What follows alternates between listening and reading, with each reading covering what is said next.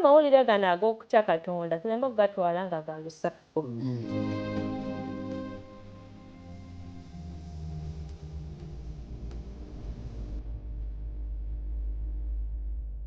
Malayika si agenda okubuulira naye ffe Mukama tuze tububuulire eri ensi yonna.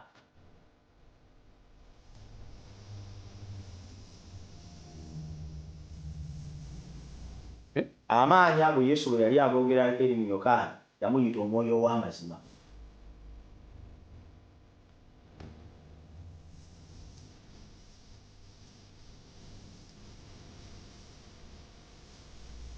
Lesson weekend katuyigire ku bigere bya Kristo. Butereevu nnyo mukwano gwange ali ku mukutu gwaffe gwa Avento Productions ku YouTube, ali ku 3BN amazima agatajunguluddwa. Tweyanza nnyo tweyanzeege okubeera nti otambudde naffe okutuuka olwayo nga tuli mu kuwunzika ekitabo kyaffe ekya okuva oba amalamaga okuviira ddala mu ggwanga erya Misiri otuokwolekere Kanani. Innocent Matovu Munagomba yenze nkubuuzaako era nga mbeerawo wano okwanjulira puroguramu eno ziba ssaawa 2 paka ssaawa 3 buli Friday nga tugenda maaso n'okwaniriza sabbiiti ya Mukama Katonda ffe. Olwaleero Mukama mpadde omukisa nate ndi ne musumba wange asumba omukutu ogwa television Hope Channel Uganda wano mu ggwanga lyaffe erya Uganda era nga omukutu gwaffe ogw'ekkanisa Ssebo nsense nnyo okulaba. Nate kkiriza nkwanirize mu puroguramu yaffe. Omukama tusaba akutuweere nnyo omukisa nga tuli wamu ffenna. Sooka obuuze ku mulabi waffe ate oluvannyuma tubeere nga tweyongereyo mu maaso. Mulabi waffe wa 3BN TV njala kutwala omukisa guno okukulamusaako nnyo mu linnya lya Mukama waffe Yesu Kristo. Weewaawo. Mu biseera biri ebyedda twayayaananga nnyo okufuna amazima. Naye njagala okukutegeeza tuli mu kye bayita information era. Nga bw'ogenda information omusanga buli wamu. Era njagala okukkiriza bwe wabeerawo omulembe ogutalina kyakwekwasa. Nze saamanya, saategeera, kyebambuulira, jjajja wange omanyi yankuliza mu bino, ebyo saabimanya. Saawulidde saategedde. Kubanga Mukama atwadde omukisa okuyita ku mikutu gino 3BN TV, Avento Media, Ssebo n'Hope Channel Uganda okulaba ng'ebigambo bino bikutuukako eyo gy'okola otya gy'osinziira. Njagala okwebaza kubanga otambudde naffe okuviira ddala lesson eno bwe yatandika. Ssebo nali ntunuulira ennaku ezo nga obuweereza bugenda bukula nate tutuuka mu 1000 tugende mu 2000. Twagala okwebaza Mukama Ssebo olw'omulimu gw'okola nange nzikiriza nkwebaze. Mukama akuwa omukisa ne ttiimu eno eri emabega gye mukola wamu wano ku Avento Media. Mukama akuwa omukisa ate naawe mulabi waffe Mukama akuweere ddala omukisa ogw'amaanyi. Bigambo bino Mukama asobole okuba ng'akyusa. Mpozi kye nsaba tuleme kufuna bufunyi magezi intellectual knowledge. Naye Mukama atuyamba okuyita mu bigambo bino bye tuyiga wano tusobole okuba nga tukyusibwa ffenna twerabeko. Bwe twali etamboga ennaku ezo njukira twalina omusomesa yatugamba nti olunaku olwokubiri kubanga olunaku olusooka tujja kuba tukooye naye tunakuba nga tugenda mu ggulu kale naye kubanga lwajja kubeerawo excitement twetunuliza eby'omu ggulu kale ne twesooka olwokubiri bwe nali namasuwa ne twesooka olwokusatu ndowooza abalabi ba lesoni eno olunaku olwokuna naffe tulwesooke mu ggulu nti bonna abadde ku lesoni eno lesson weekend ku Avento Media 3BN tufuneyo olunaku olwokuna mu ggulu Yesu alutuwe twebuuzeeko nga ffe abadde ku lesoni eno Ssebo. Era Ssebo nnyasanyuka okukulaba. Ssebo nze nja okukulembera olukiiko olwo. Amiina. Malayika abadde ankuuma ndowooza yajja okubeera nga yanuŋŋamya. Amiina. Weewaawo tweyanza nnyo Ssebo Musumba. Tweyanza omulabi waffe naawe tweyanza nnyo mukwano okubeera nti tovaako buli kadde n'olindira lesoni puroguramu zaffe Bayibuli egamba ki julira Mukama yimba nange programs ez'enjawulo manya ebiro n'obeera nga otuninga ensulo y'enkya Cornerstone among others. Mukama akuwa omukisa kuba sinza zimalayo mu kiseera kino naye nga tuli mu kuwunzika kwota yaffe olwaleero lesson namba 13 yogera ku yeekaalu. Tubadde mu lugendo lulungi naye twakatuuka twebazeeko abantu bano wammanga olw'okubeera nti babadde babeerako among others. Tulina Sister Happy oba Brother Happy agamba it is easy to change your characters when you know the goodness of the Lord, so we should seek to know our master. Okay, ya commentinga ku lesson ewedde twabaddemu wawo nomula Proscovia agamba Proscovia asaba ye agamba happy Sabbath everyone. Tulina Brother Musoke Pius from Yibanda district agamba I'm happy Ndi musanyufu oyo ali muyibanda tulina kachi linnya ly'omusajja ono lizibu naye happy birthday brethren bwagambye mwebe Sylvia happy Sabbath brethren mukama atubeera atuyambe tweyongere okumutegeera tuleme okuba abakristaayo ab'ebizibu. It's something like that. Ebiseera bisinga tutera nnyo okubeera abasabi n'okujja mu kkanisa kubanga waliwo ebizibu ebitusinga. Kati asaba ne mu kiseera ekyokusanyuka ekyemirembe ekyambaga hanemuuno. Sobe ekigambo ekyo nno kyayogedde Oluganda ndabyeko abantu bangi nga bateekateeka okusaba n'okusiiba kitera kubaako bye tusiibira naye bwe tutuuka mu kwebaza kiba kimere wali olabye yateeseteese okwebaza nga kulimu okusaba n'okusiiba. Today we're having a Thanksgiving ceremony but backed up by prayer and fasting. Bw'onaaba omulabye eyo nange ompitanga n'omulaba okyegedde awo no ye Mirembe agamba amina tuyanza nnyo mikwano mukama abawo omukisa happy Sabbath. Then tulina Francesca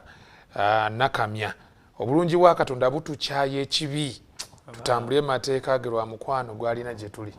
ye Francesca Nakamya tuyanza nnyo mukwano. Tulina Nabisere Mary weewaawo wateekwa okubaawo ensinkano ne Katonda mu ngeri y'enjawulo nga tunoonya okumutegeera. Tweyanza nnyo. Tulina mukwano gwaffe ono asinzira London agamba yenze happy Sabbath to you all from Jajja w'abalongo from North London SDA Luganda Church akume mukama mwenna Yezalia Nasuga Jajja w'abalongo yasinzira eri mu ggwanga erya Bungereza. Tweyanza nnyo mukwano yatugoberera nnyo mina ne ku WhatsApp otera okuwuliziganya. Awo nno njala n'okwebaliza ne mukwano gwange Samali Kizito yali Massachusetts mu ggwanga lya United States of America erya America. Tulina ne Grateful Grateful Prose Kaganda. Tulina Nakigudde Fiona agamba nti mwebale kuweereza Nakyeyune Judith. Tulina Patricia enkolagana yaffe ne Katonda esingira ddala ekifo kye tulina mu kkanisa. Bw'oba oweereza Katonda tusooke tunyweze enkolagana yaffe ne Katonda kikulu nnyo. Awo obuweereza bwaffe bujja kusimibwa Mukama atuyambe taata. Nti okusinga okubanga just olina yafeesi fuba n'okulaba nga olina ne yafeesi yo ne Katonda emusinkanira kubanga njoza kyekizibu kya Aroni yalina ekifo kubanga jjukira tuli bawanika basikiwa ba influence kyeki influence nti influence yo tosobola kugaba kyotalina bw'olemerera okuinfluencinga abantu ng'omukulembeze okujja eri Yesu ogenda kubawabya mu nnyambala mu njogera kati nga Aroni ayinza okuba yali talina ensinkana yo ne Katonda ali ntono kati kyova olaba bawangulirwa okumuweta. Weebale nnyo Oluganda olwa point yeyo. So ye bw'atyo bw'agambye Patricia Batenga Patricia. Then twagala wunzi Katonda ne sister kwagala Mase ye yagamba bugambi amina. Abasigadde bannange bw'obanga tetusobodde soma mubaka otusaase naye tusaba mweyongere okubanga mu commentinga tujja kubanga twongera okubanga messages tuzitunulamu. Mukama waffe abatuweere nnyo omukisa. Lunaku olwaleero tuli mu kuwunzika nga tubategeeza tunulira yeekaalu ya Katonda gye tugenda okubanga tutunulira naye tuza katusooke tusabe oluvannyuma tutandike. Mukama Katonda ffe omuyiza wa byonna gwe yakola eggulu n'ensi mu linnya erisinga amannya gonna eri omwana we Yesu tusaba Mwoyo Mutukuvu atuluŋŋamye ebigambo bye tugenda okwogera ku lesoni bisobole okugasa omulabi waffe era ffenna tusobole okuteekebwateekebwa olw'okudda kwa Yesu okusembedde bwe tusabye Kitaffe nga twesize nti ogenda kwanukula essaala eno mu linnya lya Yesu Mukama waffe. Amiina. So Musumba tubadde kwota eno twetegereza ekitabo namba 2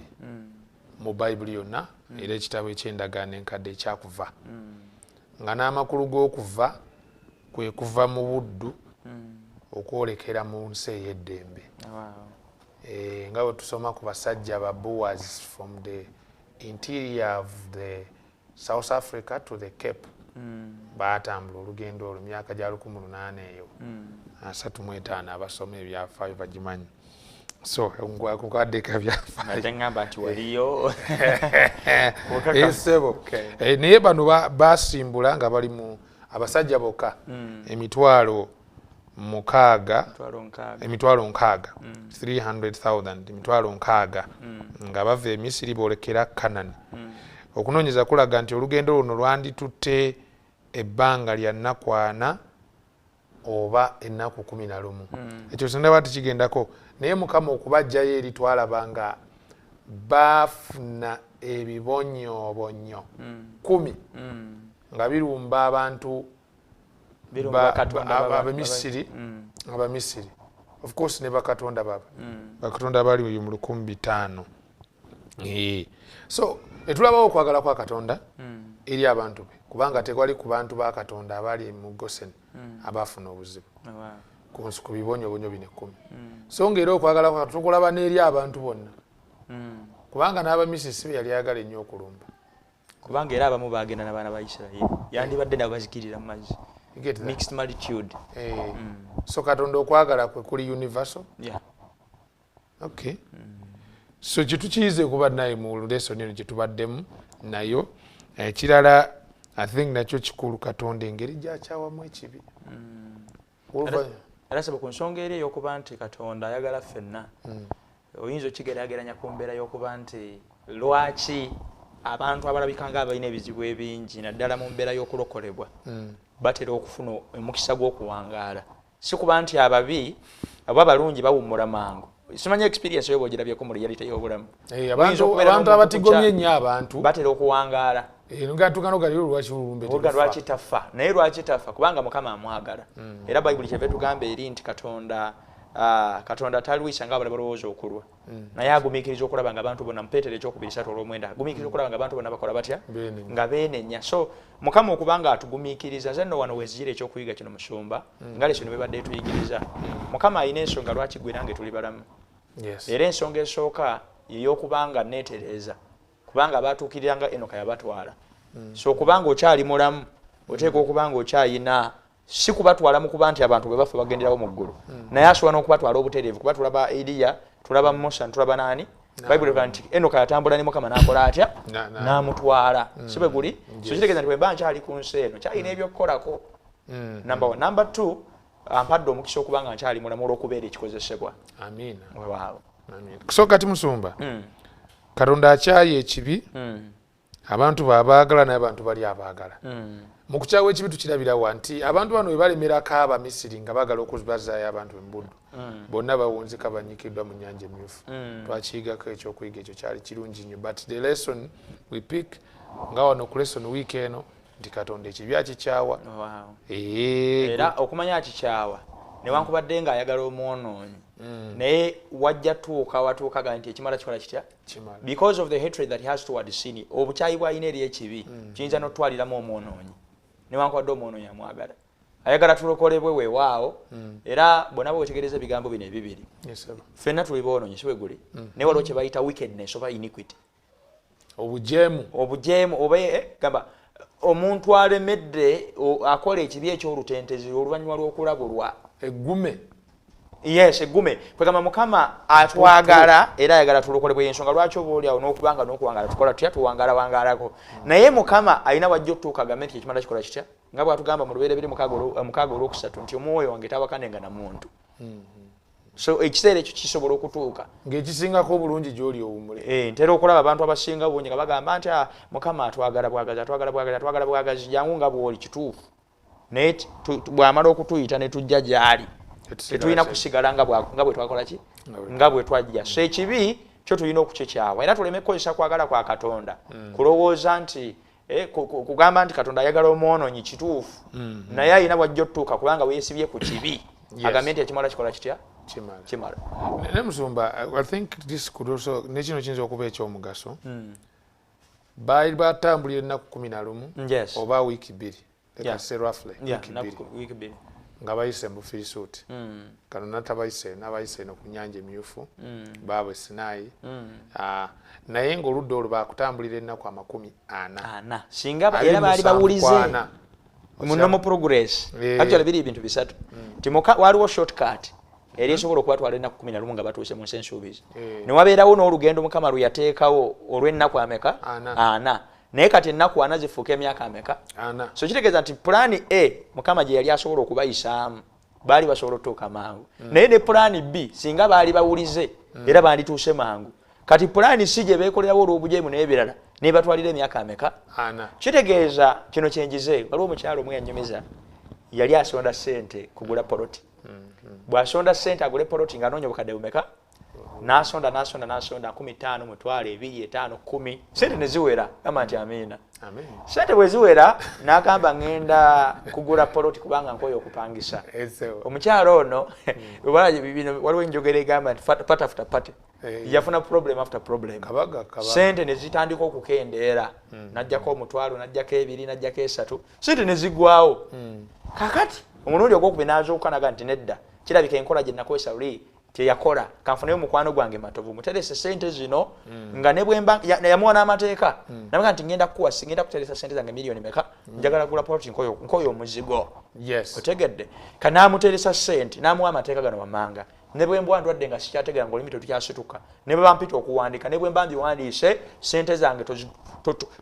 temuzikozesa nga amabugo temuzikozesa ne bwemba nga nfudde ssente zirina gula ttaka kyekigendererwa kyange that is my will n'amugamba noga nti ssente zino ngenda zikuwa bwe ntuuka okufa bwe ntuuka okugula ettaka gwagenda okuziwaayo era nsaba obeewo nzisagala zikwata olw'obukyayi experience gyakola ki manye oluusi ennaku enengeri gyetuyigirizamu mukyalo ono bw'atuuka ssente mukama na cutting the long story short ssente ne ziwera ne bagenda okugula ettaka bwe batuukawo era ebiyagiro ne bigoberwa nga bwe byagambibwa ono n'aziwaayo ne bamuwandiikira kati bw'amala okugula ettaka n'agenda ng'asanyuse mu ye ngenda kuwona omuzigo ng'atandise n'okukuba pulaani ngenda kufunayo ssente nsibewo ssennyenge nkole bino kati omu kyava amugamba baali batambula nabo naga nti ekifo kino nno kizibu toyina kumalayo myezi 2-3 manye ettaka bwe libanga terina kyolikolerako balibba sibe guli nega towandiwasiza myezi 2 wakiri mwezi gumu bako kyokoza otya kati naddayo wiiki esooka eyokubiri eyokusatu n'anoonya ssente n'agula ssennyenge n'agula ebitandikirwako nga ne matiriyo musenyu n'ebirala agenda kutandika okuzimba kati ajja n'asooka alowooza nti abuze n'agamba wawe wano naye ndowooza engeri kyaddeyo nnyabika mbuzi n'anoonya ettaka ng'aliraba yakizuula luvannyuma nti we baamuguza yasangawo ekikomera nga kya 99 nga bateekawo nesekano lya kusennyenge waliwo bwe bayita waliwo gundi eyo gwe bateeka waggulu w'ebikomera kati era munda nga mulimu ennyumba eri ku woloplate ekitegeeza nti yagula mpewo mu kunoonyereza kwe nakola nakizuula oluganda mu ntambula emyaka ginewo ssente zino zaza akuŋŋaanya abadde tatambula na mukama era nentegeera nti buli w'olisalawo okulemerera okukola okwagala kwa Katonda mu mbeera yonna oli mukuuga mazzi owugodda mazzi gye gava ogenda kwekooya ogenda koowa nnyo kino kyenjagala tugeera abaluganda baagalwa nti ne bw'obanga mukama ayagala owase omusajja ow'okukkiriza we bw'oligenda ku mulala era amaanyi ojja kukozesa mangi buli we tulemerera okukola okwagala kwa Katonda mu mbeera yonna ku mulimu gwo eyandibadde akola amangu kubanga tera okukitunda mu mbeera efaanana bweti tiwamma kusinga gwaba nga gwe Katonda okuwona kwange n'okulokolebwa kw'abantu abaninaanye kiriwo ekisinga okukola amakulu eri mukama okulokolebwa kw'abantu their salvation and my healing Katonda okubanga bali nabo balokolebwa akyagala nnyo actually ntera okugiyita essaala ya mukama kubanga essaala gitwala okuba ekintu kyotasobola kwekolera sibe guli prayer request is something that you cannot afford to get sibe guli kati mukama agamba nti okwagala kwe kubanga abantu balokolebwa kitegeeza nti mu mbeera yonna waliwo naffe bwe tuleetedde obulamu bwaffe olugendo olwandibadde olw'ennaku 11 ne lubeera olw'ennaku 4 oba emyaka 4 okusinziira ku mputu yaffe so mukama bwakuyita yes waliwo oluusi we tuleetera okwekooloobya kubanga olugendo luno bayibuli etugamba mu kitabo ky'abakolinso ekisooka 10:11 ti bino byaba baakola okutubeerera ekyokulabirako wano wenjagala okusinziira oluganda mwagala nkutegeeze ti mukama alina ensonga lwaki oliwo oli awo oyinza okuba bwasikaali omazeeko ebbanga ddene abaana bagula liweeteze ne bakuyitako ebitabo obirina lwa nsonga olemeredde okutegeera lwaki wooli awo wooli ezimu ku nsonga lwaki amakaago gayinza okuba galina ebizibu by'enjawulo oli mu kuyiga hardware olugendo lwandikututte ennaku 11 otegedde amakaago ne gabeera eggulu etono ku nsi kubanga mukama olemeredde okumuwa ekitiibwa olemeredde okukola okwagala kwe that is why akozesa plan B and plan C nebbanga obulumi ne bweyongera osobole okutegeera paka lw'olimanya nti mukama ye mukulu era yensonga lwaki nga bw'otunyonnyodde nti abantu abasajja abaava mu nsi ey'Emisiri bali emitwalo 6 yabawondesamu batugamba nti bw'oba ogassa abakyala n'abaana ng'obagasse ziringa miliyoni meka naye abaatuuka ku baava mu nsi y'Emisiri baali bameka kitegeeza nti oli musaale nnyo era wano kyenjigawo taate kirala nti kisobokera ddala okubanga wabatizibwa kuba Exodus eno otunula okuva mu nsi y'Emisiri kusonga kutambula kwaffe okutuuka mu Kanani eyawa ekyomuggulu sobe guli so kitegeeza nti okubanga wakkiriza Yesu ne weetaba mugendo kubanga bano bwe baayita wansi w'ekire amazzi g'ababatiza okubatizibwa kwo it is not a guarantee nti ogenda sikira obwakabaka bwa Katonda newankubadde ezi requirement naye ogwanya okulaba nga mu lugendo olw'ekikristaayo yo Exodus obeera muwulize eri Mukama oluusi tulina ebizibu bye tweyitidde kubanga tugezaako okulemerera okukola Katonda kwakola atya so saba Oluganda baagalwa bino bituyigirize Mukama ayinza obutaleeta mazzi gakaawa kubanga bwetunulira baluma bita Belushaza ono ali mu Daniel sura 5 atera okunsumbuwa Belushaza kubanga yalina amazima yalina omukisa gw'okumanya ono Belushaza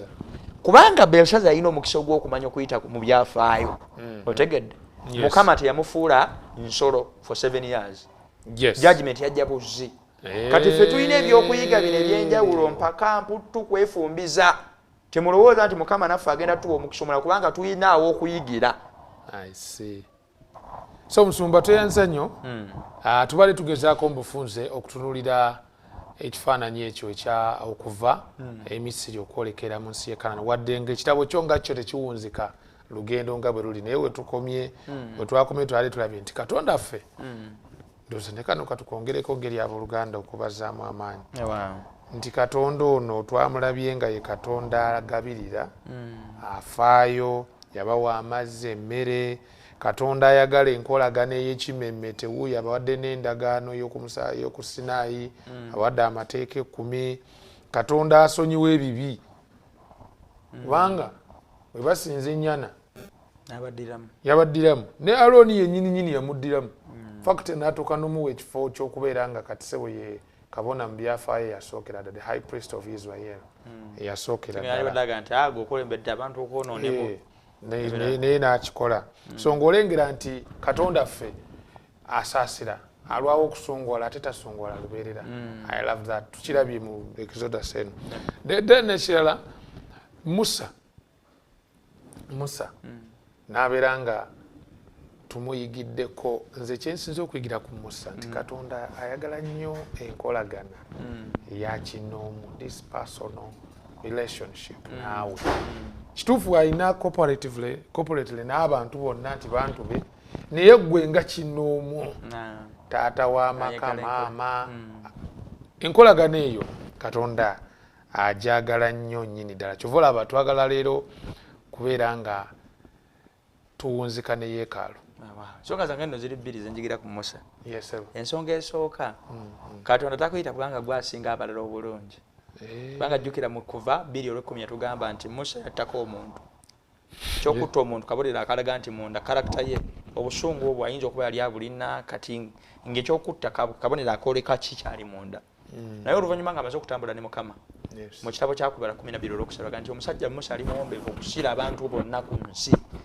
So mu kutambula kwaffe ne Mukama kyobola wali mwannyinaffe atugambye mu comment z'osomye wano tekisinga obukulu kuweereza kukulu weewaawo naye tukwanya okulaba nga obuweereza bwaffe musumba matovu kino kye ŋŋamba nti Mukama nga bwakwadde omukisa okutukulemberamu okudisikasinga lesoni eno amazima ogayize ogategedde nange ngayize nkoze ntya naye kino kikulu weewaawo kubanga tuli bikozesebwa naye Mukama alina omulimu gw'ayagala osooka okukola mu ffe tumufaanane era okusaba kwange okusinga mu byonna Mukama kwe musaba tijje nkoma okumuweereza mulabe mufaanane abandaba bategere nti mbadde bamu naye. Amen. Tuyanza nnyo Musumba kwegamba nga ye baalaba Petero ne Yokaana those men have been with Jesus babaddeko ne Yesu. So mukwano gwange tuli mu kwetegereza yeekaalu gye tuli mu kuwunzikana tugenda kukozesa eddakiika entonotono ze tulina okulaba obulungi ennyo yeekaalu eno kifaananyi ki kyetuwa nga tuwunzika ekitabo kino ekyakuva olunyiri okujjukira twafunye lwavudde mu kitabo kya Kuva essula 40 olunyiri lwa 34 na 38. Bayibuli egamba nti ekire ne kiryoka kibikka ku weema ey'okusisinkaniramu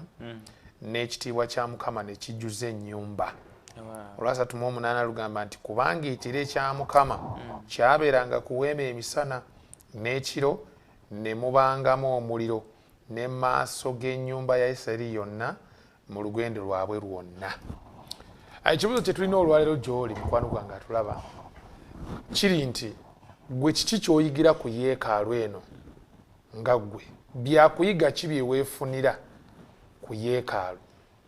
omuli okugizimba enzimba yaayo n'ebiringa ebyo tugenda okwetegereza gwe ki kyogiyigirako kyekimu ku bintu tusaba ogabaneko naffe what do I learn from the tabernacle yeekaalu eno eya Mukama kikyenjigiramu tugenda soka tuwumulemu bwe tukomawo ate tutandika osensera munda twetegereza ebimu ku ebyo ebikulu bye tulabye mu yeekaalu eno Katonda gye yawa abaana ba Isirayiri na lwaki yagibawa naffe abaliwo olwaleero biki bye tuyinza okuba nga tuyigiramu katukomewo oluvannyuma lw'okuwumulamu.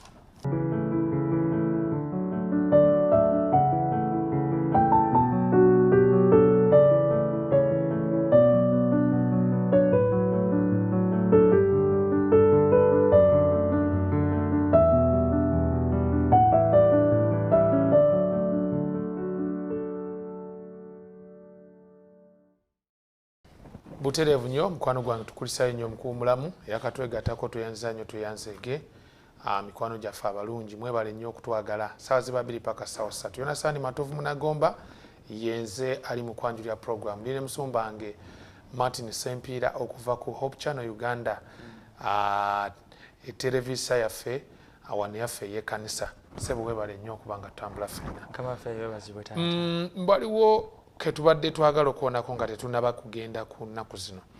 nti Katonda kuvira ddala mu lusuku Edeni ekisinga omuwoomera kwe kulaba nga waliwo oluganda olujjuvu wakati we n'abantu be ekyo ndowooza tetwagala tukibuusa amaaso ate ayagala nnyo n'abantu be okumusinza n'okumuweereza ndowooza ne wandibadde ggwe nga yegwe abatwala abantu abo wandiyagadde babeere nga bakuweereza kati nga gwe Katonda kuba kifaananyi kubira ddala mu lusuku Edeni ekyo twakirabye era kye tuli mutunuulira nti kwe kulagira ddala empisa ya Katonda ey'okwagala n'engeri gy'ayagala kweyolekemu mu nkolagana ye n'abantu be kyekigambo ekikulu kye tuli mu kutunuulira nga tuwunzika ku yeekaalu eno kubanga waliwo olunyiriri wali olugamba nti luli wano mu kitabo kyakuva 25 olunyiriri olw'omunaana lugambye nti era agamba nti n'abakolera awatukuvu era bankolere awatukuvu ndyoke ntuule wakati waabwe. So you see yeekaalu eno Katonda agizimba ayagala ezimbibwe okusobola okwongera okugaziya emikisa gye egy'okutuula wakati mu bantu be bwe kiri tapuse bulungi sebo kati wowe nakiyongerako awo musumba kati yongerako nga twolekera kusookera ddala ku sabbiiti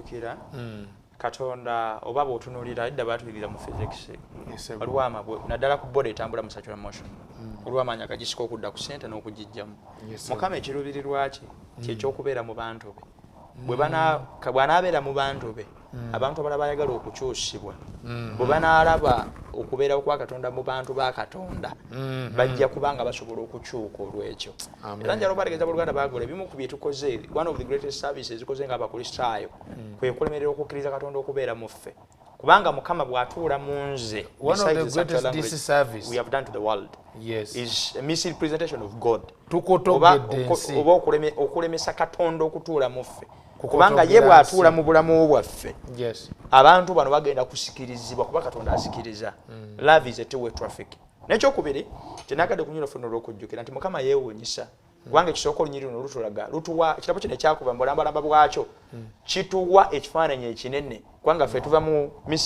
Misiri ey'ensi tugenda mu Yakala eyaawa ey'omuggulu naye era Bayibuli yetulaga nti Katonda agenda kubeera naffe all through naye metaphor zakozesezza wano omuli ekire during day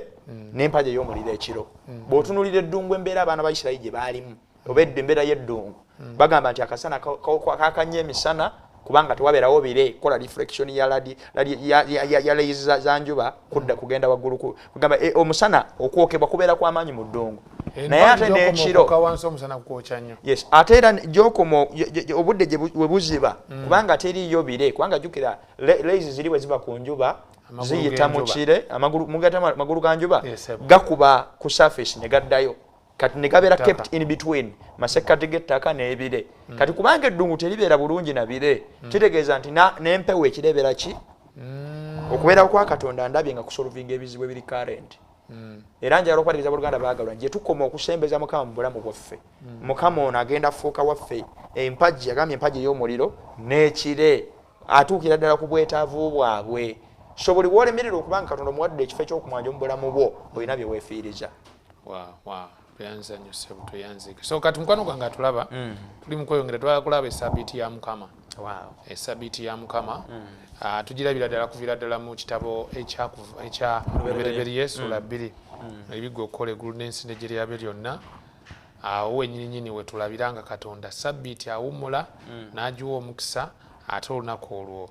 n'alutukuza so nga abaana ba Isirayiri oba Abayudaaya baatandika nabo tulabanga nabo bakola ekintu kyekimu ekyo gikwata oba ogitukuza kuva mu ssula y'e16 naye ndowooza olunyiri luno lutukutteko nnyo era ssebo waliwo kyetwandiise okubagana empawo oba okubagana okubaluseewo mu bakristaayo bangi okwetoola ensi yonna ku bigambo bye tugenda okusomesa awa zino kuva 3:5 olwokusatu lusooka otuuka ku lwokusatu agamba nti Musa n'akuŋŋaanya ekibiina kyonna eky'abaana ba Isirayiri n'abagamba nti bino bye bigambo Mukama by'alagidde mu okubikola ennaku 6 emirimu gikolebwengamu naye ku lunaku olw'omusanvu wabenga olunaku olutukuvu gye muli sabbiiti ey'okuwummula okutukuvu eri Mukama buli anaakolerangamu omulimu gwonna anattibwanga temukumanga muliro gwonna mu nnyumba zammwe zonna olunaku olwa sabbiiti kuba kati ekintu ekyo kyova osoma kansookerera ekisembyeyo kubanga bino ebisooka byonna tubikkaanyaako naye temukumanga omuliro gwonna ku lunaku lwa sabbiiti bangi bavuddeyo ne baga nti ne stoovu eno tewetaaga gikuma ne gaasi tulina gaasi tulina hot plate baana balina amasiga amazungu waliwo n'essigiri waliwo ebyoto byaffe ebyemukyalo eri twakulula twafunanga enkulukuku okuva mu ttale netuzireeta zifumba ebijanjaalo ebiri jjukira ebiseera ebyo esewo kulikayo eyo wala kati so nenewe kumpoyinti eno ekigambo kino ekyobutakuma muliro tuwata extent kikomawa kituuka ne gye tuli leero nti bwe nkwata ekibiriiti kya matchbox n'ensaza mba mmaze okumenya etteeka lya Mukama oba kale n'ennyiga kano ke twagiranga akaabana batera okuma sigala kalayita n'ennyiga wali n'enteekako n'enkuma mba mmaze okumenya awantu awo mbadde nsaba tusinge ennyo okuteeka essira tuve ku nsonga eyo eya sabbiiti ya Mukama olwaleero kiki Katonda kyatusuubira oba ne bali kiki yali ategeeza soba kwa byonna singa oba otunuulidde embeera mwe baali jjukira mbeera ya ddongo emiriro gino gyakozesebwanga okwawukanako wane waffe tulina seasons 2 tulina wet ne dry naye eri bw'ogenda mu North Pole ne Southern Hemisphere ojja kusanga balina seasons mmeka winter summer ez'omumambuka ne Maserengeta ojja kusanga balina seasons 4 oluusi obutiti n'ebirala naye kubanga bo bali mu mbeera ya ddongo kati ng'oluusi kubanga omuliro bakozesanga emirundi 2 okubawa ekitangaala okubawa ebbugumu n'okufumba era abawandiisi ab'enjawulo batunyola batulaga nti Katonda bano baali tebeetaagisa kuma muliro lwa kitangaala na bbugumu kubanga baali mu mbeera yaki ya butiti naye kati mu kiseera kino kitulimu leero njagala ssebo bwenti bwentera okunnyonnyola ekibuuzo ekifaananyi bwe kiti nze ntunuulira sabbiiti okusooka kwa byonna waliwo abatulabanga gwe mulundi gwabwe gusoose okugitegeera era abalowooza nti yakola ki yavaawo nga tetunatuuka wano kuba kati wano bwe twogera naawe obaoli awuyinza okulowooza nti bano ba 7 sidde kati balowooza buli omu muki naye nzikiriza nti gwali eyo ogwanya otegeera omanye nti ennyiriri eziri mu kyokuyiga kino lubereberye 2 zitulaga nti okutandikira ddala ku lubereberye nga n'ekibi tekinnajja ku nsi sabbiiti twogerako olunaku olw'omusanvu ne mu nsi empya ejja kukola ki ejja kubaayo era weeri waako this is a dating time kyembadde yawo okunyonyola kyekino tebwotuna sabbiiti eno lunaku olulinga outing gy'obeera ne mukyalawo era oluusi newankubadde emmere bagiseera gye mutera okugenda ssebo mutera okufuba okulaba nga emmere mugirya ekyenyanya ne kiba kya mitwalo 4 oba emmere yonna gye mba mukoze mutya gye mba mulidde kubanga mwagala maximizing obudde bwe muli naye so bwe ntunira sabbiiti eringa outing ne Mukama God is the out with ebintu byonna omuntu byasobola okwesalako yandibadde abyesalako nabikola mu nnaku endala but this is the honeymoon with God kino kye kiseera ekyenjawulo kye tugenda okutuula ne Katonda mukwano kwegamba kiseera concentration yandibadde mu kwogerezeganya kwogera naye nange kwogera nange kati bwe mba nkumye sigiri kwa wano statement jesaba osoma eri mu kitabo kya mukyala Ellen G. White akatabo kata Patriots and Prophets ku page 408 agamba bwati nti during the sojourn in the wilderness, the kindling of fires upon the seventh day had been strictly prohibited. The prohibition was not extended to the land of Canaan. Okuganibwa kuno okwabagwanibwa tekwagenda mu nsi nsuubize kitegeeza nti kwakoma mu kutambula kwabwe. Where the severity of the climate would often render fires a necessity, but in the wilderness fire was not needed for warmth. The act of this man was a willful and deliberate violation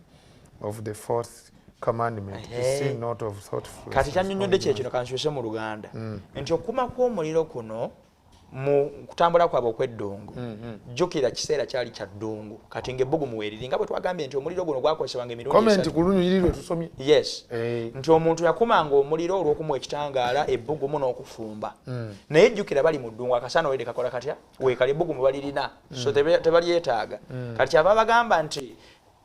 ekiragiro kino tekyasobola kugenda mu nsi ensuubize y'e Kanani kubanga yo waliyo obwetaavu obw'omuliro naye ate mu ddungu tewaliyo buki bwetaavu ate ki kyogasseeko kozi ogambye nti batwalanga akaseera okukuma omuliro waali weetaaga amaanyi it was vigorous activity okukuma omuliro jjukira enkola tezaabanga zaffe nti okwataka gaasi n'onyoola n'oteekako n'obugumya emmere era kino tekitegeeza ku muntu kulya mmere yagaze era ekyo nakyakyogerako eyo mu bitabo kyoyogedde nti si kirungi tetwewala okufumba emmere ku sabiti naye tuleme kulyanga mmere ennyogoga matira nnyo ekkanisa yaffe ekanyanya wali nti kanisa nnene eri mu bantu 5 naye ojja kwesanga nga basobola okufumba emmere before sabiti n'osanga abantu bagirya ekyemisana ng'emmere embobeze ebijanjalo biri stedde nnyo ekitegeeza nti oluganda bwagalwa wano practical application ndaba omuntu alina means kuba kati kitegeeza nti ekanyanya mulina ovens bwe bamala okuginyiga balina ebyoto ebirungi ne bateeka ku byoto ne bigikuuma paka ku sabbiiti ne bajjula emmere yaabwe ne balya nga tewali muntu agenda kunywa naye nga preparation zonna zabaddewo ku Friday zakoleddwa bulungi so kyekimu n'ewaka era kisobola okukolebwa kubanga tulina ebyuma tulina microwave tulina gaasi n'ebirala ebisobola okuyamba emmere eno n'oba nga you value your dating time with God n'oba nga ebirala byonna in fact ekyo kyoyogedde Mariamu ne ani ono Mariza ku babiri omu yali ku bigere bya Yesu omulala ng'ali mu kwetinkulira eri mu kisinga si muli mu byogera n'ofumbira abagenyi naye Yesu yawonzeko alaga nti alonzeewo ekisinga okubeera ekirungi ky'okutula ku bigere bya Yesu naye manyi waliwo ayinza oba nga yeebuuza nti naye lwaki sabiti bagiteekako nnyo amateeka ago ekisooka sabiti tujukiza nti Katonda ye mutonzi ekyokubiri kabonero akalaga nti yatununula by the way ebimu byenzize nzuula nti akabonero ka sabiti kabonero akalaga oba akajjayo ekinsa obutuukirivu olw'okukkiriza one of the strongest arguments we have in favor of righteousness by faith is the Sabbath. It's a gospel commandment. Era abalowooza nti tukwata sabbiiti kulokolebwa muli bakyamu kubanga sabbiiti etulaga nti Mukama byonna byabikola yatonda ye mununuzi yatulokodde. So it's your acknowledgement nti olw'okuba okkiriza nti ye mutonzi era yakununula kati kyova owummula mu bikolwa bye ebyennaku bye yakola otegedde atenkagadde muganda wange so obulokozi buva eri Katonda wano batuwadde ensonga 5 omulokozi Masiya ajja kujja ekyokusatu ajja teekawo bwakabaka era sabbiiti kabonero akalaga nti tujja kuba nga bwagamba mu Isaya 6:6 nti oluvannyuma new moon sabbiiti mujja kujjanga okunsinzanga amaze oteekawo bwakabaka oluvannyuma okutonda ensi empya n'eggulu eppya. Obulokozi buva eri Mukama n'ekirala nti Katonda ye mulamuzi ow'abantu bonna kwegamba awa abantu obulamu butagwa abamugondera. so sabiti kabonera akalaga nti Katonda tumukkiriza nti ye Mukama era ye mutonzi so tukitegeeza oba okkiriza ekyo oba olina ogonda. So kati ekisembayo twatwala kwetegereza bagenda zimba yeekaalu eno katwongere okwetegereza yeekaalu waliwo harambe yagonde okukunga bakunga bannange tugenda kuzimba muleete ebikozesebwa response kwanukula kw'abantu bano olunyiri wano batuwadde kuva 36 olunyiri olwokutaano luga nti ne bagamba Musa nti abantu baleeta bingi ebisukkiridde ennyo okumala okukola emirimu Mukama gye yalagira okukola. Musa n'alagira ne balangirira mu lusiisira lwonna nti omusajja era n'omukazi alekeraawo okukola nate omulimu gwonna ogw'ekiweebwayo ekyawatukuvu. Abantu ne baziyizibwa okuleeta kubanga ebintu byali nabyo byali bimala emirimu gyonna okugikola era byasukkirira. Kyeneewuunyisa kyekino nti Mukama bw'atuuka okuzimba yeekaalu one of the byennalabye wano Mukama tabagamba kuleeta bya wansi kubanga bali mu lutambula. Ate n'ekyokubiri kyanjidde mu mugongo kyekino nti abantu bano ekitegeeza Mukama yabawa obudde okutambula ne ffeeza ne zaabu bwe baba naye emisiro olowooza gaali magezi gaabwe bali babagoba okubazaayo ateeka okubanga Mukama yabawa omukisa ne bavaayo nabyo era yali akitadde mu biragiro balina okuvaayo nabyo kubanga yalaba nti bajja kubyetaaga mu kuzimba ki so kati nga tonnakayalira byolowooza byolina manya nti Mukama alina we yayingirirawo wali tosobola kuba nabyo ku bubwo naye alina we yayingirawo n'akuyamba okuba naki nabyo. So obugagga buno bwamuwadde alina ye Katonda enteekateeka ku bwo. Exactly kubanga bano abantu betwogerako betuva okulaba Abamisiri baafiira mu mazzi sibe guli bwe bali bagezaako kubagoberera n'amagaali gaabwe na buli kimu sibwe kiri taata kitegeeza nti baali tebaagala baveeyo. Kati omuntu ali mu bwangu ali mu kutoloka bwafunira obudde okwetuka golodi neyeetika ffeeza n'ebisolo byabwe kitegeeza Mukama eyembeera gwe osobola okubanga omuntu omugoba akugoba n'akuwa omukisa okuteekateeka bw'atyo kitegeeza nti Mukama mu kusooka kwa byonna kubanga yalaba eby'omu maaso yateekateeka abantu bano okujja n'ebyobugagga bino olw'okubikozesa. So Mukama ebyobugagga byonna yabiteekateeka olw'omulimu gwe. Ekyokubiri I love the spirit spiriti yaabwe wano ekine mukisa kyekino newankubadde baali mu ddungu baali balina okwewolereza kuba twalabako abaana ba Isirayiri mu kaggayi nga beewolereza nti omulimu gwe gwafuuka muzibu kirabika si kyekiseera naye baleeta zaabu abamu kuffe enjogeza mazima tetufunanga mukisa kulaba ku zaabu na ffeeza wali obirabyeko taata namuganda wange bamuyita muheereza yali abirabyeko yasimako zaabu n'omulaba gwe nantegeeza yakutegeeza bulamu emu ya naye nga ekibuuzo tokigwa musumba wali omulabyeko zaabu ezaabu nali mulabyeko mu bifaananyi okitegedde abasajja baleeta zaabu n'effeeza n'ekikomo baleeta nezaabu nange simulabangako oba otidde okuswala weka naye baleeta ebintu bino eby'amaanyi ebigagga ebirungi ne batuuka ku level by the way neegomba ekkanisa yaffe okutuuka kaawo era kyova olaba sikkaanya nnyo na muntu tera okulaba abantu abasabira abantu ebirabo ku kanisa Mukama n'abatasobodde kufuna abawa omukisa n'olunaku lwa baleete yesaala nze sigikkiriza era bw'obanga olaba leero ng'obadde osabira essaala ey'ekikopi n'ekyagwe efaanana bweterekeraawo kubanga mazima ddala olaba bano abaali mu ddungu baaleeta ebiweebwayo ebiseera abatalima abali mu kutambula abakaaba amazzi agakaawa abatalina moolo naye gwe Mukama akwadde ppiki akwadde buli kimu naawe n'okkiriza nojja ntera kukiyita kuzunga n'otambula n'ebipalepale n'ebisikaati nojja mu maaso ga Mukama naawe okkirize esaala sebo nzikiriza nkyogere nga bwe kiri esaala efaanana bwe nti Mukama n'aba tasobodde kuwa leero baba omukisa olulala okuwa okakasa Mukama takwadde mukisa kuyita mu wiiki. Abantu bano batusoomooza neegomba okubanga ekkanisa zaffe zirina ku ssente ku akawunti ne tuuka bwe tutuuka naye RCB ziri eyo zikaaba tulina kubannyonnyola nnyo sente ezimu zitema kumbaga waliwo n'amakanisa agamu nga gateekawo enkola sente bwe zijja eza development eza family life batemako 10% nga ya mulimu gwa njiri abasajja bano baali bategeera Mukama bwe kituuka ku mulimu tebaliyo naye ebyokulya ebyosanyusa naye kyondooza nange nsumba saagala kwawukana nnyo naawe watenga ninamu byenyinza okwagala naye ku kino kyenjiri kyoyogedde tekinkutteko nnyo kinnuma nnyo nti budget ebitundu 10 ku kinaakyo 100% wesanga nti abantu abakola plan ebyenjiri kuliko ebitundu nga 10 oba babitaddeko that is bwe baba kikoze naye era ne kibeerawo naye ng'ate in actual income ensimbi ezo ekkanisa neetazifuna nazifuna kuva mu bantu enjiri neebeerangayo eva yakusondera lwaki omulimu gwa mukama gwe gw'okusondera ebirala nga byo abantu babeera babitaddewo so tuleeta obulumi bwaffe gye tuli gye muli abooluganda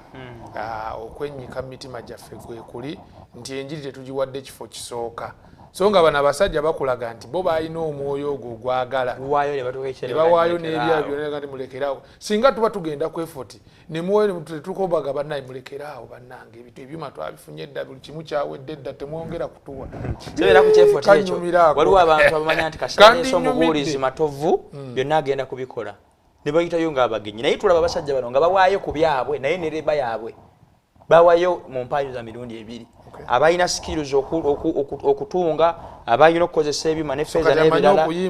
ajja ayimbe amanyi okwaniriza n'abeerawo buli omu abeerewo tewali lwa nsonga lwaki tuteekateeka omukolo ng'ogwo gw'effort ogw'okuyita abantu oba okuteekateeka enjiri naawe n'ojja ng'omugenyi kama tusaasire Tabernacle built egundi eno ne bagizimba ogyogeddeko already nti abasajja ne bavaayo ne bakola ki ne baweereza ne waliwo n'ebintu bina bye baakoonyeeko nti mu kuzimba yeekaalu eno endabika yaayo yonna yonna waliwo ebintu ebaalaze nti Katonda ekisooka akyawa ekibi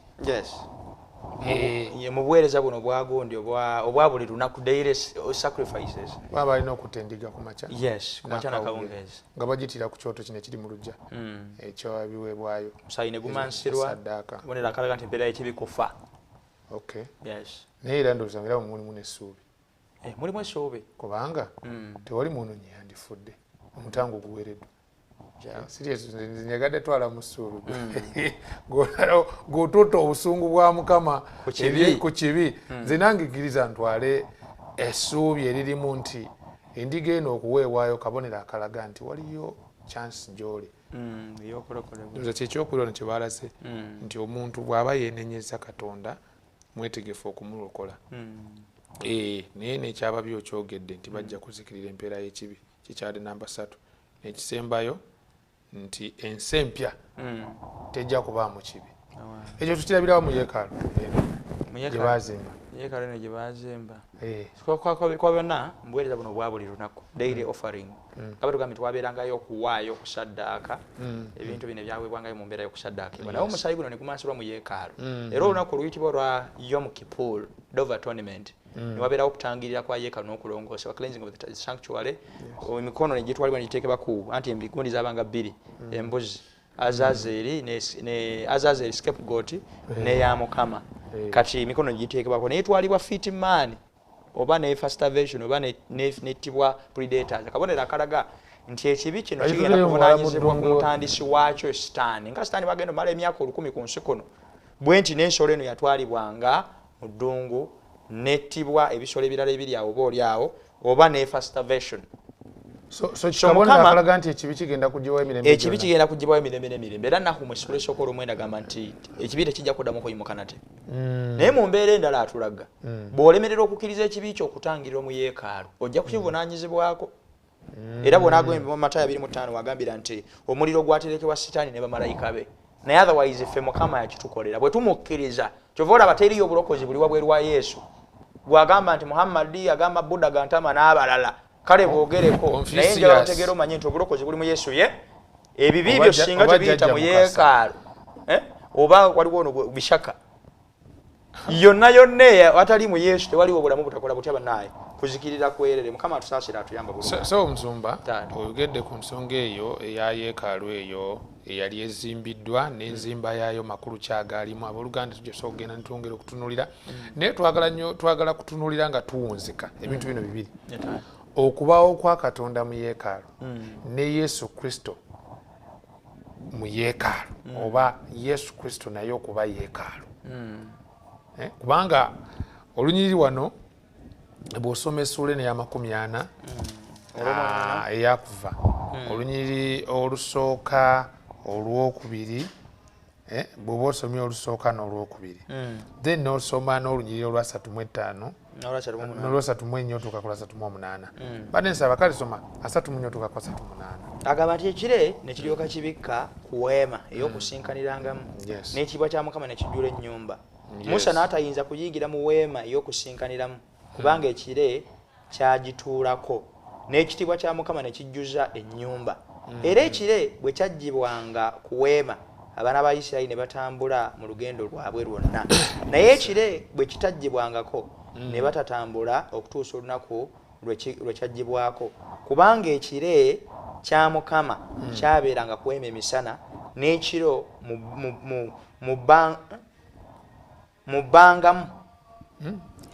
mubangamu omuliro n'ekiro ne mubangamu omuliro mu maaso g'ennyumba ya Isirayiri yonna mu lugendo lwabwe lwonna. Kati twagala tugeraageranye ne Yokaana 1:14 kubanga ate wo kigambo nakuko munabeerako gye tuli ku luno tubadde na kizimbe ng'ekizimbe kiraga Katonda ali wakati mu ffe si bwe kiri kale ate waliwo Katonda yennyini azze mu ffe. Yes, Yokaana 1:14 sokola nalwo nsomba tulugatteko tulabe. agamba nti kigambo n'afuuka omubiri n'abeerako gye tuli ne tulaba ekitiibwa kye, ekitiibwa ng'ekyoyo eyazaalibwa omu yekka kitaffe ng'ajjudde ekisa n'amazima. Kuba ekigambo kye kimu bye bikozesebwa ekyolaga yeekaalu mu ndagaano enkadde kyekigambo kimu byakosa nti he tabernacled among men kwiga n'asiisira mu ffe wali balaze yeekaalu nga ye Katonda waali era olina ekintu kyosomyawo nti ekire God's presence among his people in the tabernacle. Ndoza bino byagala okutuzaayo wali we twagambye ku lugatandika nti Katonda okuyaayana kwe mu byonna kwe kubeera naffe yenkolagana yeffe nani ne Katonda era kitwewuunyisa okumanya twagadde nnyo mu bifo ebirala byonna edikoota ye mu nsi empya agenda giteeka ku nsi empya egenda okubanga etonde mu ffe tugenda okubeera tekyali byagamba nti kitaffe ali mu ggulu ali naffe ndowooza kubanga ajja kuba naffe ali mu ffe exactly. So kati okuyaayana kwa Mukama mu byonna mu yeekaalu eno n'ebirala era ekimusalako nga bwe twalaba luli ku Musa kwe kubanga ekitiibwa kye kiyinza okutusaanyaawo singa kiba kisembulambalamba naye okuyaayana kwe ennaku zonna kwe kubeera mu ffe era kitwalabye nti yajja n'anoonyaani n'agamba Adamu oli luddawa. Yesu bw'atuuka okujja era asinda atuma omwana we yazaalibwa omu yekka ajje abeere mwanirire Emmanuel. Kati okuyaayana kwe ultimate goal ya Katonda kwe kulaba nga abeerera ddala munda mwani abeera mu ffe atuwa omwoyo we naye ne ku nkomerero ya byonna ne mu nsi empya ye yeekaalu agenda okubeera naffe. Waawo olunyiryawo lwonzijukiza nga nti awali ababiri oba abasatu anaabeera masekati gaabwe Matayo 18:2 then waawo olukubikuli lwa 3:2 lugamba nti laba nyimiridde ku luggi neyanjula omuntu yena bw'awulira eddoboozi n'aggulawo n'ayingira gy'ali n'alira wamu naye wamu nange n'ogenda nayogera nti agenda teekawo ekitebe naye waliwo akalipo wano kensaba simanyi oba wakeetegereza ku bikolirwa 21 n'21 ono agamba bw'ati gw'ogamba olwokusatu agamba kusonga ya yeekaalu eyo n'empulira eddoboozi eddene eriva mu ntebe nga lyogera nti laba eweema ya Katonda eri awamu n'abantu era anaatuulanga awamu nabo banaabeeranga bantu be ne Katonda yennyini anaabeera awamu nabo era anaabeera Katonda waabwe. Olwabiri kyavudde agamba nti saalabamu yeekaalu mu kyo kubanga Mukama Katonda omuyinza w'ebintu byonna n'omwana gw'endiga yeekaalu yakyo. awe wali ekibuuzo ekitulabula yeekaalu gyeri mu ggulu era Musa gy'akoppako ku nsi tulaba n'amateeka mu kubikkulirwa nga geeyoleka the Ark of the Covenant amateeka ago geebikula in the procession of the 7 last plagues mubonyobonye omusanvu ng'alaga amateeka ago n'alaga n'olaga tewali muntu n'omu yasobola oyingirayo nga bitandise okuyibwa ku nsi si bwe kiri kati twebuuza ekibuuzo wano lwaki ate taddamu tagiraba alengera Katonda na mwana gwa ndiga yo tagiraba kubanga ye Katonda ne mwana gw'endiga yeekaalu. Ndowooza twagala kuddayo wali musumba mu kibuga Yerusalemu ekijja 25:8 watugambye nti bankolera watukuvu mbeere gye bakola batya mbeere wakati kati mu bino byonna ebize bibeerawo yeekaalwe y'omugulu kubanga Katonda alabira bwala njagala kulowooza nti yagiteekawo olw'okulaba nga Musa n'agikoppako okufuna ekifaananyi era ndowooza nti ekigendo ensonga lwaki tulina heavenly sanctuary lwansi sin problem solving the sin problem so kati wano Mukama amaze okugyawo ebisenge ebitwawula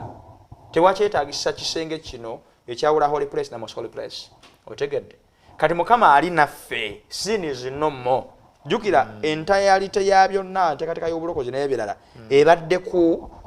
okutulaga engeri Katonda gy'atulokolamu abadde atulokola mu sin problem atulokodde mu kubeerawo kwakyo mu kibonerezo kyakyo ne maanyi gaakyo otegedde kati ali naffe sin is no more is with us ne desire ye already sadaka zikyetaagisa teyaki kubanga already tulokoleddwa essaala zikyetaagisa essaala zikyetaagisa n'osaba ki n'asaba ki sirina bukakafu ku ekyo naye essaala naye kubanga kuba zikendedde mugulu ngenda ba nina ewaka ewange bwe zinaaba gyeziri zinaaba ntono kati so talaba yeekaala twagala tufuuke wano bakugu kusinga nsi yonna naye bw'aba tagiraba nange sigiraba yokaana kaŋŋumire ku ekyo nti tagiraba naye alaba Katonda ndowooza waliwo ekinzizaamu amaanyi waawo omusajja yawandiika akatabo bakayita baziyita Historicals of Prophecy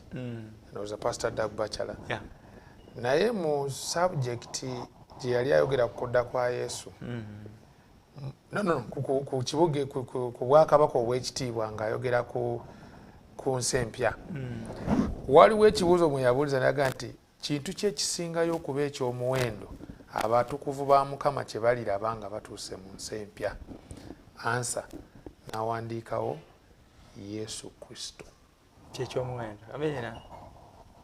nti mu byonna bye twesunga nze yeekaalu ne bwe naaba sigirabye nebona Yesu siganye eyinza okuba gyeri naye nga wadde wano teyagiraba ekyo tekinnuma naye ekinsanyusa nti yalaba Katonda yasinza okubeera ekyomuwendo amina ozaawo naffe we twagala obunzikira tusiibula abatulaba nti Yesu tugenda mulaba naye omulabe wo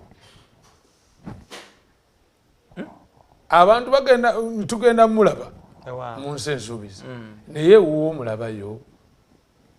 kikibuuzo naffe kyetulina olwaleero omulabayo tumulabe wano mu yeekaalu waali muhindagaano enkadde era ayagala abeerewo ne mu bulamu bwo naye ye omulaba mu mutima gwo okusinziira ku byokola n'ebintu waliwo ffe kyetwalaba kugamba okubeerawo kwe kaakati kutulaga ntujja kubeera naye our God is present or Jesus is present in our lives now kituwa nti tujja kuba naye Musumba yes that's true naye nze kyembuuza abantu bayinza obanga bakulabamu Yesu kusinziira ku boweesa nga bakulabamu Yesu naye gwe nga gwe mwerabamu omulaba kibuuzo kinene ekyo oluyimba lwa ambassadors lugamba nti buli muntu akebere mutima muntu omwe yalota nga genze mu ggulu buli muntu akebere mu mutima gwe ebyame biguli mu kubanga ebyo bye bifuga ekkubo lye umutima gwo gwe gukusalira kukusinga ne bye tutamanyi ffe mu lwatu toyinza kulimba mutima gwa so omutima gwo bw'ogulaba kuba gwo toyinza gulimba ddala Yesu olaba nga yatuddeko mukyala wo yayinza oba alina byalaba n'agamba musajja wange alioteekayo n'ekitundu n'ekkanisa nayo ng'ekola ki naye ffe leero we tusimbye essira leero nga tuwunzika Exodus Yesu omulaba mu mutima gwo ye Musa yagamba Mukama ndaga ekitiibwa kyo nze ndoza sala yaffe yandibadde nti ng'ogyeko abantu kye batulabamu Katonda ffe tuyambe ffe nyini tube nga tukulaba amina Nsumba waliwo nze mpulira nga saagala nnyo okukola bintu just to impress people to have a statement about me nti I'm good which is would be good as well era sikigaana naye njagala nnyo okubeera omukakafu nti nze ne Kristo waliwo Oluganda n'abantu lwe batalaba olwannamaddala. Teri kintu kisinga kuluma muganda wange ngakola byonna weeresezza byonna omusajja omuyanga naye gwe engeri gy'oyambadde ng'ofaanana ng'omusumba. Konze kituufu badde olinayo ekibuuzo ekya Bayibuli kitali kya byabufuzi ko ye nti nga wa papa. Mu nsi nga abantu baluyinza okulowooza nti okulyawo twa papa. Kama tusaasira ayambe gwe nange. Yesu abeere mu bulamu bwaffe tuleme kufiirwa byonna pase. Bwe baba nga ku nsi eno tulina ekyokufiirwa tuleme kufiirwa byonna. Yesu abeere mu ffe. Amen. So omusumba gw'ogenda otusabira. Amen. Ne Sara gy'ogenda otusabira eri nti mu lugendo luno tutambula nga twolekera Kanani kuba twavaayo dda mu Misiri tuli mu lugendo. Buli lunaku ffe tulabe Yesu mu bulamu bwaffe. Tulabe Yesu mu mitima gyaffe. Abantu gye batalengera nga Yesu tumulaba. Amen. Ngatusabe. Katonda affe omukulu omuggulu twagala okwebaza nate olunaku luno olwaleero. Tukwebaza kubanga kitabo kino ekyakuva kituwa okutubeera ekyokulabirako. Tusaba nno nga nkwegayira tuleme okubeera nga tulemererwa ku nsonga Abayisirayiri baalemererwa. Bangi abaava mu nsi y'e Misiri naye batono okwabo abaavaayo abaatuuka. Nsaba Mukama kiddire muli. Ffenna nga bwe twakukkiriza Mukama waleme okubeerawo abanaabulira munda. Naye ffenna tusobole okusaanyizibwa okusikira obwakabaka obw'omu ggulu. Nsaba nno nga nkwegayira esaala yaffe ebadde yakukulaba. Musa yakulaba. Naffe tusaba nga tukwegayirira nga bw'oyayana okubeera naffe mu nsi eyo ensuubize mu nsi eyo empya Mukama naffe tusaba otuyamba okutandika ne leero owulirwe mu bulamu bwaffe era obeere mu ngeri enjawulo. Njagala okusabira omuddu ono omuzaana waali atannawaayo obulamu bwe ng'ebigambo bino abiwulidde Mukama muyambe okuva mu kiwumbe ekyokusala bakukkirize ng'omulokozi we. Sabira oyo yaddirira Mukama tulere tukomyewo mu nnyumba ey'okukkiriza leka omukwano ogwasooka guddemu gutuddire bupya. Muyinza ebintu byonna ebigambo byonna by'otuyigiriza okuva mu kitabo kyakuva nga naffe tutambula okuva mu Misiri ey'onsi tusaanyize okutuuka mu yeekaalu ey'omu ggulu era Mukama n'okutuuka mu Kanani eky'omu ggulu. Sabye nno nga nkwegayira otubeere abayita mu kusomooza okw'enjawulo babeere. Muddu ono omuzaana wa balina okusaba okw'enjawulo omuntu sekinnoomu awula ebigambo bino era abiraba. Mukama nsabye okuddemu ng'ekisa kyo n'okwagala okungi bwe kuli ogulumizibwe Mukama obw'ekitiibwa naffe omukisa bulijjo obwa Yesu mulokozi waffe tusabye. Amen. Mukwano tweyanza nnyo tweyanzege olw'okutwagala n'obanga obadde naffe okuva gye twatandikidde paka wano. Tuwunzikidde wano ekitabo kyakuva era nga tusaba nti ebyokuyiga byonna ebirimu byongere okutuukirira mu bulamu bwo. Zibeera ssaawa 2 paka ssaawa 3 program lesson week eno. Mbadde ne musumba wange musumba Martin Sempiro okuva ku Hope Channel Uganda era nga ye chaplain wa Hope Channel Uganda. Tukwagaliza sabbiiti ennungi era tugamba nti ekisa kya Kristo kyeyongere gy'oli. Amen.